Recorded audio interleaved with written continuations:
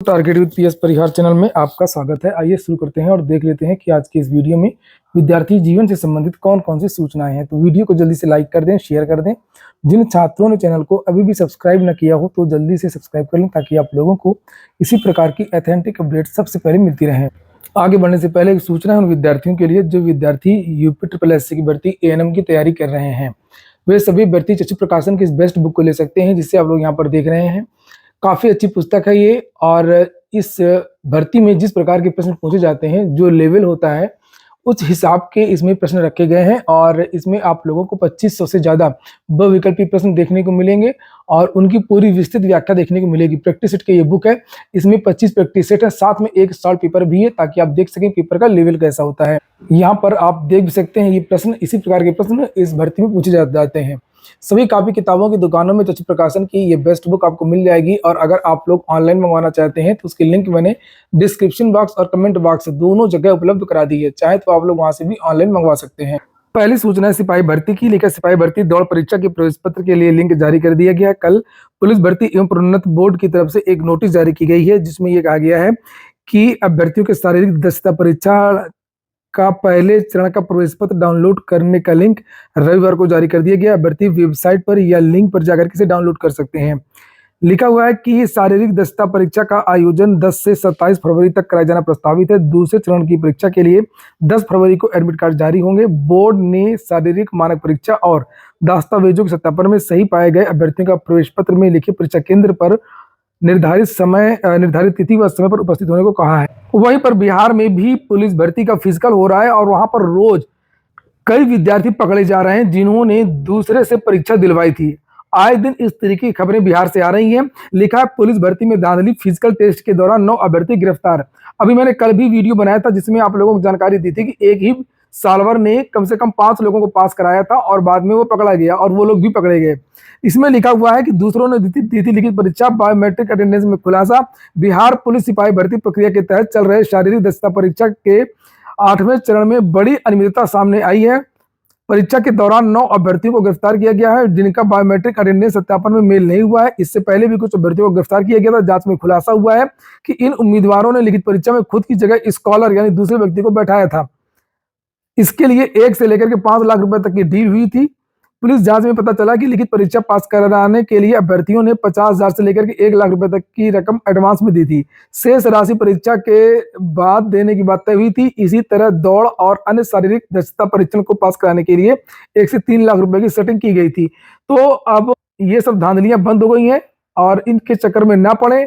जो लोग करवाते हैं वो भी और जो लोग करते हैं वो भी। एक बात और बताया जा रहा है कि जब से ये लोग पकड़े जा रहे हैं तो बहुत सारे लोग फिजिकल देने ही नहीं आ रहे हैं, वहीं से भाग खड़े हुए हैं जो विद्यार्थी रिटर्न में पास हुए थे। यहाँ पर लिखा हुआ है कि देखिए यहाँ पर अभ्यर्थियों की उपस्थिति फिजिकल टेस्ट में घट गई है। इस सप्ताह फिजिकल टेस्ट शुरू में तो सब आए थे लेकिन जब धरपकड़ शुरू हो गई इन लोगों की तो लिखा हुआ है कि बुलाया गया था 8,837 विद्यार्थियों को और इसमें आए केवल 7,173 यानी कि लगभग 1,600 विद्यार्थी फिजिकल देने ही नहीं गया। अच्छी बात नहीं गए, जाते तो निश्चित तौर पर पकड़ लिए जाते। इस बड़ी संख्या में अनुपस्थित भी लिखा संदेह का विषय बनी हुई है। पुलिस अब इस दिशा में जांच भी कर रही है। वहीं पर एक बड़ा सवाल उठ रहा है कि आखिरकार लिखित परीक्षा में इतने सारे जो सालवर वो बैठ कैसे गए। इनकी गेट में चेकिंग नहीं हुई, इनकी क्लास में चेकिंग नहीं हुई, इनकी जो क्लास में बायोमेट्रिक लिया जा रहा था उसमें चेकिंग नहीं हुई। लिखा है कि 9 और अभ्यर्थियों की गिरफ्तारी से पूरी भर्ती प्रक्रिया की पारदर्शिता पर सवाल उठने लगे हैं।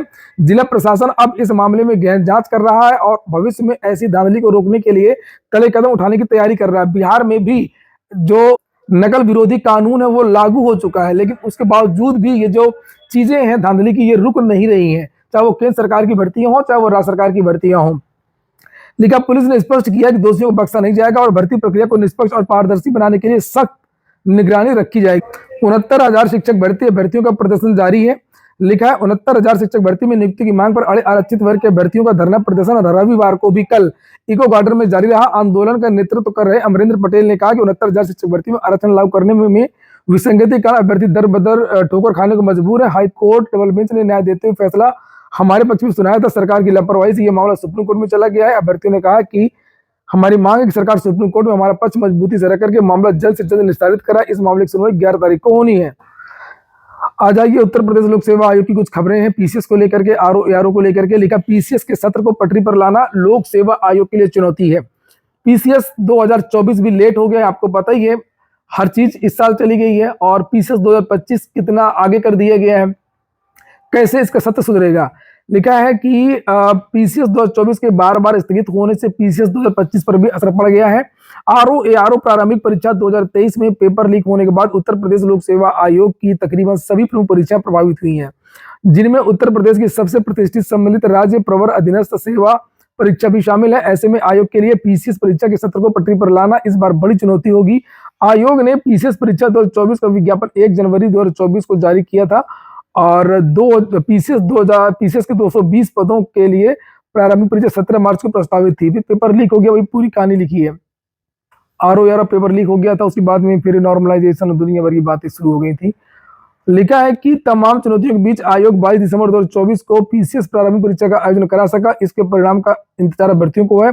अगर यह परीक्षा पूर्व निर्धारित कार्यक्रम के अनुसार होती तो आयोग पिछले साल ही इस परीक्षा का अंतिम परिणाम अब तक जारी कर चुका होता। ऐसे में यह परीक्षा तकरीबन 1 साल पीछे चली गई है और इसका असर आगामी परीक्षा पर पड़ा है। नतीजा यह है कि आयोग के पीसीएस 2025 इस बार 12 अक्टूबर को प्रस्तावित की गई है। ऐसे में जिस परीक्षा का आयोजन साल के शुरुआती 3 या 4 महीनों में हो जाना चाहिए था, वह परीक्षा अब साल के 10वें महीने में होगी।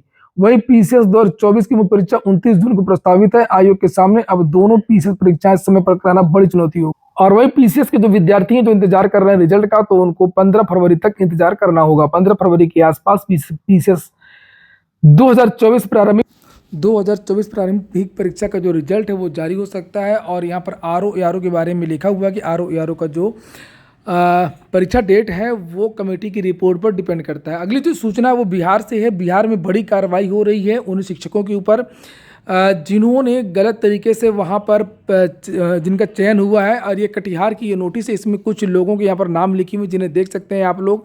ये पहला नाम है जिसमें लिखा हुआ कि इनके यहाँ पर नंबर कम है, टेट में सी-टेट में 85 नंबर हैं, जबकि दूसरे राज्यों में कोई छूट नहीं मिलती है, इनके 90 नंबर होना चाहिए। इसी तरीके से एक और छात्र हैं जिनके बारे में आप लोग यहाँ पर देख सकते हैं, इनके भी 87 नंबर सी-टेट में, इनको भी बाहर किया गया है। इसी तरीके से देख सकते हैं आप लोग नीचे एक तीसरा नंबर है, स्नातक में गणित विषय सामाजिक विज्ञान अध्यापन के अनुरूप नहीं है, यहाँ पर इनको भी बाहर किया गया है। और एक और है चौथा नंबर नियुक्ति विज्ञान विषय में है, शैक्षणिक योग्यता बीएससी गणित है जो कि अधिसूचना से भिन्न है। तो इनके खिलाफ बड़ी अब कार्रवाई की जा रही है। वहीं पर नीचे लिखा हुआ है कि इनके खिलाफ वसूली बिहार एवं Orissa public demand recovery act के तहत होगा, तो रिकवरी की जाएगी अब इनसे। अगली जो सूचना है वो इग्नू की है। Indira Gandhi national open university ने ओपन डिस्टेंस लर्निंग मोड पर जो इनकी जो डेट थी लास्ट डेट उसको बढ़ा दिया गया है, अब 15 फरवरी कर दी गई है। 15 फरवरी तक आप लोग अब आवेदन कर सकते हैं। तो ये हो गया आज का वीडियो आपको अच्छा लगा हो, आपके काम को तो लाइक अवश्य कर दें। जिन छात्रों ने चैनल को सब्सक्राइब न किया सब्सक्राइब कर लें। पूरा वीडियो सुनने के लिए बहुत बहुत धन्यवाद।